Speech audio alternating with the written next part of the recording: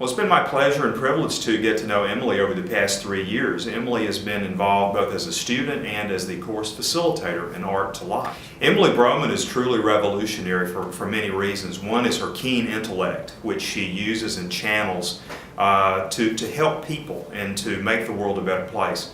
Emily is a leader on campus and off campus. She is service-minded. She wants to make the world a better place than it was before Emily arrived in it. So I think the primary way I would describe Emily as being a revolutionary is that she wants to make a positive difference in the world. It's my distinct honor and privilege to introduce to you Emily Broman.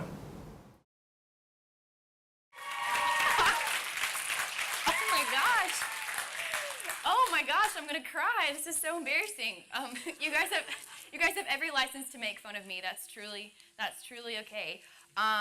Like Dr. Potts said, my name is Emily Broman. I'm a student here at the University of Alabama studying chemical engineering and psychology, and I'm a senior. And I can't tell you how privileged I feel just to even be counted among these awesome speakers that we've had. Are you not beyond impressed with the speakers we've had so far?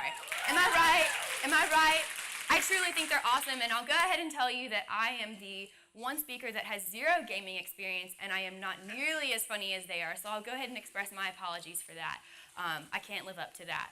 I'd also really like to go ahead and express my sincere thanks to the executive team of Tide Talks. Are you also not impressed with the work that they've done to facilitate this opportunity for all of us? It really is exciting. So again, I really can't tell you what a valuable opportunity this is and how much I value it on a very personal level. As such, I really hope that what I have to share with you tonight resonates with you on some level, where you are today and who you are right now. And I'm going to start with a story. This is the story of Lester Potts, a sawmiller and veteran from Pickens County, Alabama. Pickens County, Alabama is a small rural area just west of Tuscaloosa in Alabama's Black Belt. As a father and a husband, Lester Potts truly prioritized service to his community and his church as a strong family man. I think every small town needs a man like Lester Potts. The strong, handy neighbor you call upon to fix your leaky roof, and the level-headed, spiritually sound confidant whom everyone trusts and loves. Actually, Lester Potts loved white oak trees, which almost seems like a divine tribute to his impervious personality. I think you know the kind of person I'm talking about. And at the age of 70, Lester Potts experienced the onset of Alzheimer's disease.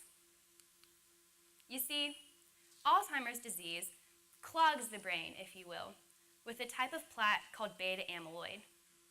Unknown in its origin, this plaque builds up and inhibits neuron firing, brain cell firing, near areas of the brain called the hippocampus and the frontal lobe.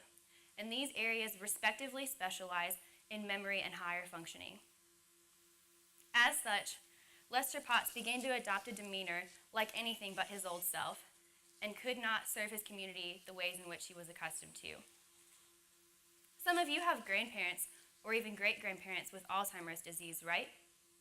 Forgetting the drive home, looking for silverware in the closet at 4 o'clock in the morning, talking about today like the year's 1947, or even staring off into space with your name on the tip of their tongue.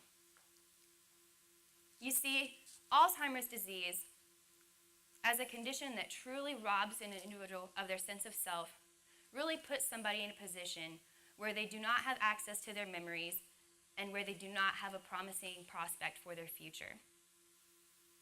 And think about that for a minute. From where do you derive your sense of self? And how do you define your self-identity?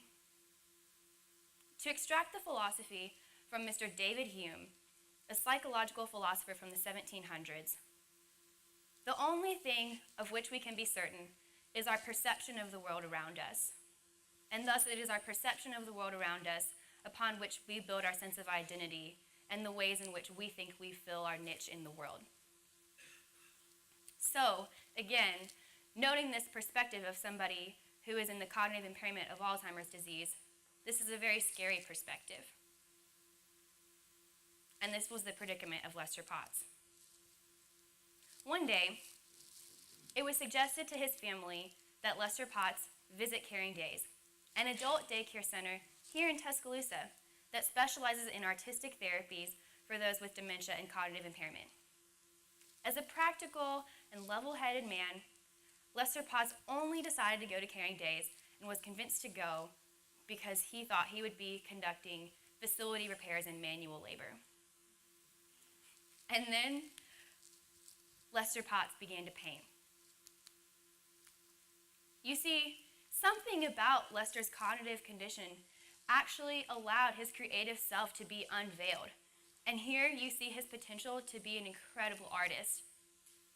These paintings have been displayed in galleries all over the country, and the house that you see on your upper right, that is one of my most prized possessions, as that painting hangs in my room right now. But do you think that these masterpieces have sole value for the fact that they're beautiful? You would think so, right? Because they're gorgeous. And these are things that I certainly can't do. And I have full cognitive functioning, at least to my knowledge. Might not. But again, I'll go ahead and remind you, this was not about the art. This was about Lester Potts renewing his sense of self and that he could again participate in essential tenets of the human condition. This idea that he now had the opportunity to engage in a dignifying activity and to again be a part of the learning process and doing something new. His son, Dr. Daniel Potts, whom you all just met on screen and is actually here with us tonight, is a local neurologist here in Tuscaloosa, and he worked to establish what is now the nonprofit foundation called Cognitive Dynamics, which centers on bringing similar artistic therapies and artistic opportunities to those experiencing cognitive impairment or dementia. Luckily for me, Cognitive Dynamics decided to partner with the Honors College to facilitate what is now Art to Life, a service learning course offered through the Honors College that connects honors students with dementia patients in the community. And they learn to build relationships and communicate with one another through their art. Like I said, the art is all about the process, and the uncovering of these stories has everything to do with open-ended questions that happen during art therapy. Can you tell me about this picture? Or perhaps, why are you using red? Or have you seen anything that looks like this before? And you'd be surprised what you'd find. And now, as my third year participating in the course, as a course facilitator, TA, if you will, I now have a plethora of success stories about how art therapy has rejuvenated someone's sense of self and uncovered some art stories that we thought were lost. This painting is my favorite of all time of our participants in Art to Life. And it's from my freshman year when my participant was prompted to paint any scene.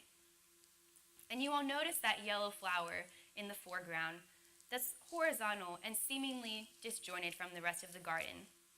And noticing that, I had to ask, could you tell me about this flower? And beaming, she replied, this yellow rose was the first and only type of flower my husband ever gave me. It's truly something special, and to me it means love. And I hope that you'll find that yellow rose equivalent for you too. Now, I know this participant couldn't tell me when her husband's birthday was. And I also knew that I never could gather how long they were married simply by asking her in conventional conversation. But in that moment, in the art therapy, I could feel the magnitude of the love she had for her husband, and she could share that with me through the stories she painted on the canvas and planted in her garden. So this was exciting for me. As Dr. Potts said, I'm somebody who's truly interested in the ways in which we can all work together to positively impact the world. And I felt that through Art to Life, that was a mechanism through which we could do just that. You know, we were uncovering life stories that we couldn't get in conventional conversation and recall, and we were doing that through art therapy. We were facilitating cross-generational relationships with students who are in this idea that I'm supposed to be focusing on myself and what my future is, and instead they're given the opportunity to interact with somebody else and learn about somebody else's life story in the community in which they now live. We've participated in the art of life story preservation, in that now these stories are kept in the art and they're kept in these videos that students help make. And these are things that can continue to be shared even after these memories are long gone. And if nothing else, we are providing respite for caregivers whose full-time job is to take care of somebody who's constantly losing their sense of self. And what a daunting role that is for your loved one. So I was really excited. I really was.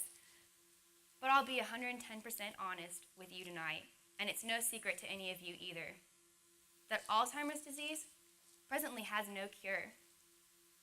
And Alzheimer's disease is a cognitive condition that is just degenerative. Everybody gets worse. We've had the opportunity to visit some of our participants, and I've had some experience of my own visiting with people with Alzheimer's disease, whether that be in their nursing home or if they're lucky enough to still be in their own home. And you come in, you open the door, and you smile, and sometimes you know immediately that you're going to have to simulate the experience you had when you first met them, because they don't remember you. And some of our participants might not actually remember that we participated in art therapy together, and we connected in an intergenerational relationship. They might not remember that. And in some instances, very scary instances, our participants are stuck in delusions of the present, in that it is the year 1947.